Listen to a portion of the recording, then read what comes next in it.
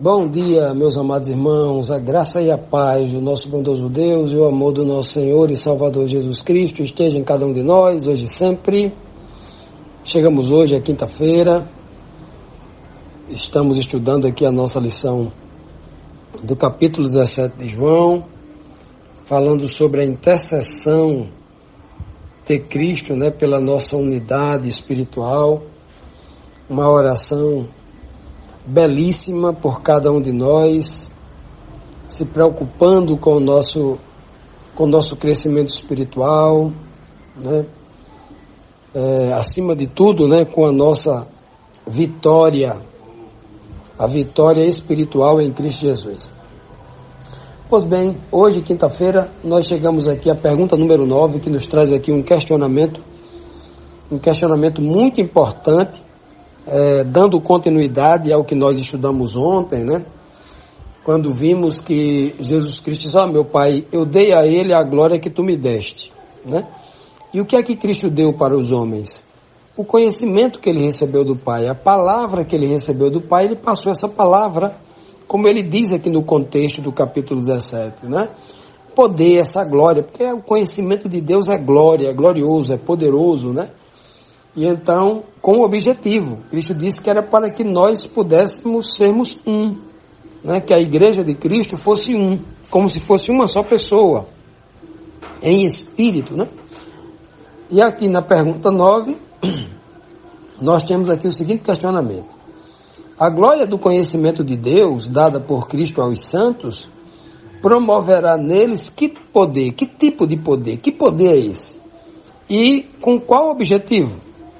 O versículo 23 diz assim, ele explicando o verso anterior, o verso 22, quando ele diz assim, eu lhes dei a glória que a mim me deste, para que eles sejam um, assim como nós somos um, Então ele vai dizer assim, como é que funciona esse um, ser um, Ele vai dizer assim, eu neles e tu em mim. Olha que coisa linda. Como nós, seres humanos, não podemos estar diretamente no Pai, a gente está no mesmo Espírito do Pai se a gente estiver em Cristo. Cristo está no meio.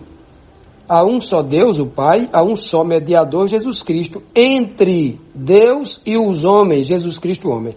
Então ele está no meio. Então, como Deus não pode habitar diretamente em nós, Cristo quem habita em nós. Por isso que Deus envia o Espírito de Cristo aos nossos corações. Gálatas 4:6, Então o que te fala, eu neles e tu em mim. Desta forma, eles serão um comigo e contigo, com o Pai. Eu neles e tu em mim. Para que eles sejam perfeitos em unidade. Esse é o objetivo principal. Qual é o objetivo de Cristo compartilhar a glória que ele recebeu de Deus conosco? Para que nós sejamos perfeitos em unidade, assim como Cristo é perfeito em unidade com o Pai. Por quê? Ele vai dizer agora, a fim de que o mundo conheça que tu me enviaste e que os amaste a eles, assim como me amaste a mim. Olha que coisa, Mensagem tão simples, mas tão profunda. Cristo está dizendo aqui, o que é que esse poder vai promover no coração e na vida da igreja dos santos? Vai promover unidade espiritual, ao ponto de uma igreja que é diferente do mundo, porque o mundo é o seguinte, o mundo é cada um por si e o diabo por todos, Não é mais ou menos assim? É assim que o mundo é, porque o homem mundano, o homem que não tem Cristo no coração, ele é egoísta, ele só pensa em si mesmo, ele só pensa em saciar as suas necessidades materiais, ele quer o tempo todo ser melhor do que o outro, ele quer ter a família mais bonita, mais rica, mais poderosa do que a do outro, ele quer ter a casa melhor do que a do outro, ele quer ter o carro melhor do que a do outro, ele quer ter bens em maior quantidade e mais valioso do que os dos outros, ele quer ser mais famoso do que o outro, ele quer ter mais dinheiro do que o outro, ele quer ter mais conhecimento do que o outro, ele quer receber mais aplausos do que o outro. Então, o tempo todo, O homem que recebeu esse vírus de Satanás, né? Esse vírus de querer ser melhor do que os outros, de querer ser superior, porque o final de tudo ele quer receber glória, ele quer ser adorado, né? Isso é a busca final do homem. Muitas vezes ele faz isso sem nem se entender que ele está querendo isso, né? Sem nem entender que ele está buscando isso. E olhe que o que tem de religioso, líder religioso poderoso buscando isso, e nem sente que está buscando isso, e nem percebe, né, que ele está buscando isso, ao ponto de estar todo errado na pregação, e não admitir que está errado, porque ele não pode admitir, porque ele se comporta como Deus, um Deus onisciente, um Deus infalível. Tudo isso porque eles não receberam esse poder espiritual de Deus para se tornar um com seu irmão. Como é que ele vai se tornar um com aquele que ele acha que é inferior? Como é que ele vai descer, se humilhar à condição do seu irmão que é inferior a ele? Que ele enxerga como alguém que é menos inteligente, que é alguém que é inferior? Jamais ele vai descer essa posição. Então, nunca que ele vai ser um, né, vai receber esse poder de Deus, e jamais também vai ter poder para que na vida dele possa mostrar ao mundo que Jesus Cristo, que o Pai enviou Jesus Cristo e que o Cristo é o enviado de Deus. Cristo está dizendo aqui, sabe qual é a condição para que o mundo conheça que o Senhor me enviou? É que eles sejam perfeitos em unidade. Sabe qual é a condição que o mundo realmente vai acreditar que eu sou o Filho de Deus enviado, que eu sou o Cristo, que o Pai é Deus e que me enviou? Sabe quando? Quando eles forem perfeitos em unidade. E para ser perfeito em unidade, o homem tem que se esvaziar completamente do seu eu, do seu egoísmo. E isso é um desafio impossível de ser alcançado em todos os corações humanos. Apenas alguns, uma pequena minoria, como diz o próprio Cristo, aqueles que encontram com dificuldade o caminho estreito. Muitos são os que buscam o caminho largo, porque cada um quer seguir o seu próprio desejo, a sua própria cobiça, seu próprio egoísmo, né, sua própria individualidade. Os outros, né, que, como diz na gíria popular, os outros que se danem, né? Eu vou preocupar comigo mesmo, com o meu bem-estar, com a minha família. Eu estou lá na igreja porque eu tenho a oportunidade de me exibir, de falar, de ser aplaudido, mas aquele povo inferior que está lá na igreja não amarra a chuteira, os cadastros dos meus pés, né? Esse povo não está no meu nível. Olha, se nós algum dia tivermos esse tipo de espírito, jamais o poder de Deus pode operar em nossa vida. Jamais através da nossa vida a gente pode apresentar o Deus que enviou Jesus Cristo ao mundo e o Cristo que foi enviado por Deus ao mundo. Ou seja, mostrar esse amor, o amor de Deus e o amor de Cristo, o único Deus e o único Senhor, feito por Deus, Senhor Jesus Cristo. Jamais o mundo pode chegar a esse conhecimento salvador das pessoas de Deus e de Cristo se nós não buscarmos completamente vazios do mundo, completamente vazio de nós mesmos, né? Por isso que Cristo disse que a gente precisa negar-se a si mesmo. É o maior de todos os desafios que o ser humano pode enfrentar neste planeta, para se preparar para o reino de Deus, é esvaziar-se de si mesmo, porque o maior inimigo somos nós mesmos, está dentro de nós. É uma luta terrível que nós temos que enfrentar. A nossa luta não é contra a carne, não é contra o nosso irmão, não é contra o estrangeiro, aquele que está distante ou que está perto, o ser humano. Não, a nossa luta é no espírito. É contra os principados e potestades que na nossa mente fica criando, né, falsas necessidades para que o homem egocêntrico, o homem egoísta cresça e não busque a unidade espiritual com seus irmãos. Vamos, meus amados, agora para a próxima pergunta, a 10ª, que nos traz aqui mais um questionamento, que diz assim: o que significa desejo que onde eu estou estejam comigo também aqueles que me tens dado? Que glória é essa, né? Por que Cristo faz essa oração?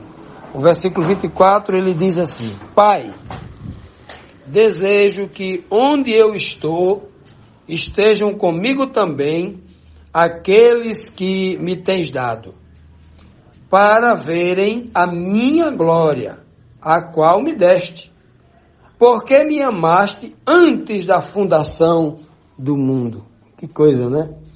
Que linguagem essa de Cristo, é uma linguagem aqui impressionante. Ele diz assim, olha, meu Pai, sabe aquele amor que eu senti antes de o mundo ser criado, quando o Senhor olhou para mim e resolveu criar todas as coisas para mim, para me dar de presente, para me fazer um herdeiro de tudo, sabe? Aquele amor que eu vi nos teus olhos, que eu vi, né, na tua face, que eu vi nas tuas ações, sabe aquele amor?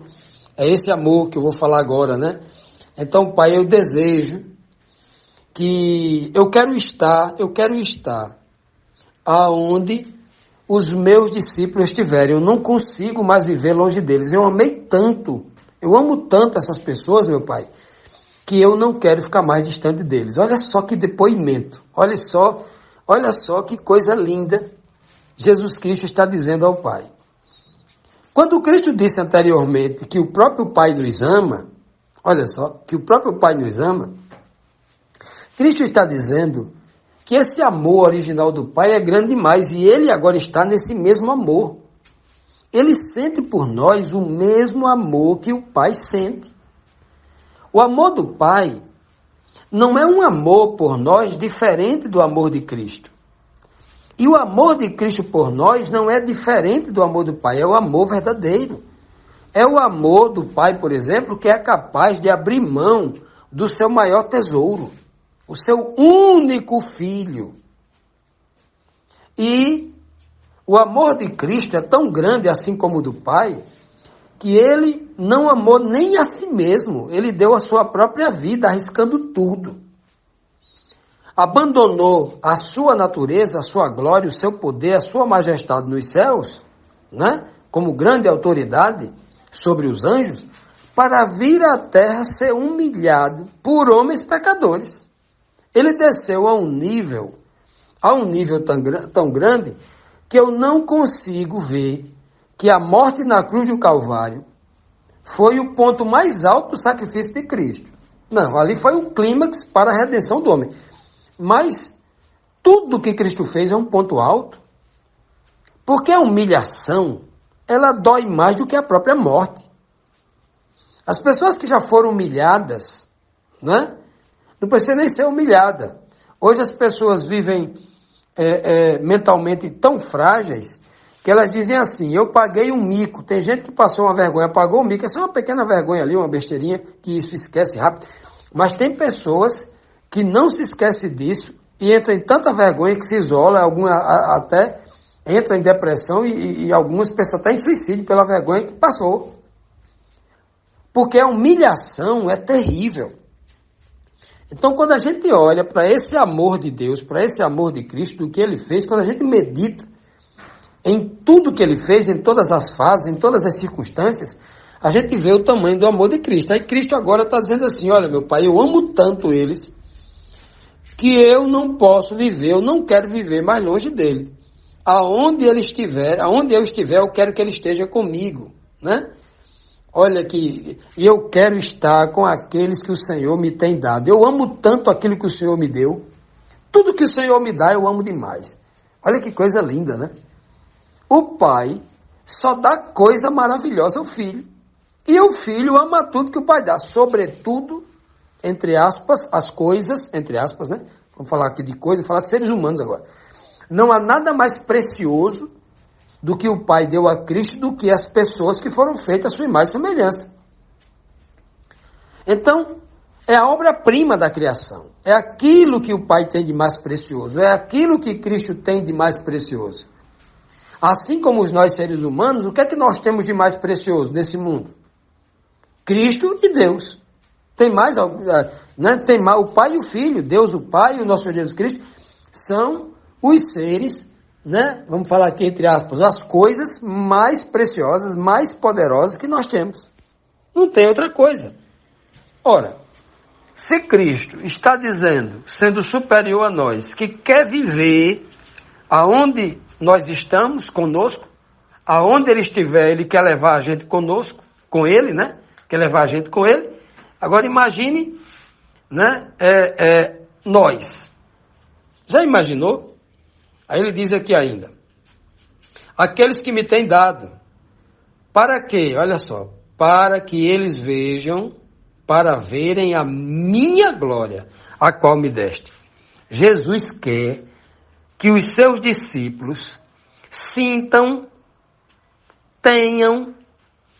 o mesmo amor e tenham o mesmo conhecimento que o Pai lhe deu. Jesus quer que nós sintamos e conheçamos tudo que ele conhece, o que ele passou. Olha, meus amados, que coisa impressionante. Toda a obra de Cristo, ele queria, meu Pai, eu quero que eles conheçam o que eu conheço. Meu Pai, eu quero que eles sintam o que eu sinto. Meu Pai, eu quero que eles vejam o teu amor como eu vejo. É isso que Cristo quer o tempo todo, ele está intercedendo para que nós sejamos iguais a ele. Iguais no sentido de sentir, experimentar o que ele experimentou. De tudo aquilo de bom que vem do Pai. É isso que ele está pedindo aqui.